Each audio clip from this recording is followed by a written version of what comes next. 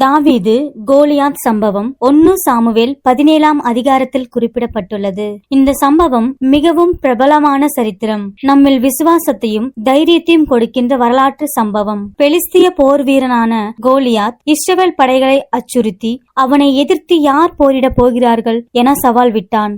எவரும் அவனுக்கு எதிராக நிற்க துணியவில்லை. ஆனால் ஒரு சிறிய ஆடு மேய்க்கும் சிறுவனான தாவீது தன் கையில் கல்லெறியும் கருவியையும் 5 கூழாங்கற்களையும் கொண்டு தன்னம்பிக்கையுடன் முன்னேறினான். தாவீது பாதுகாப்பு கவசங்களை மறுத்து தேவன் மேல் முழு நம்பிக்கையுடன் கோலியாத்தை எதிர்கொண்டான்.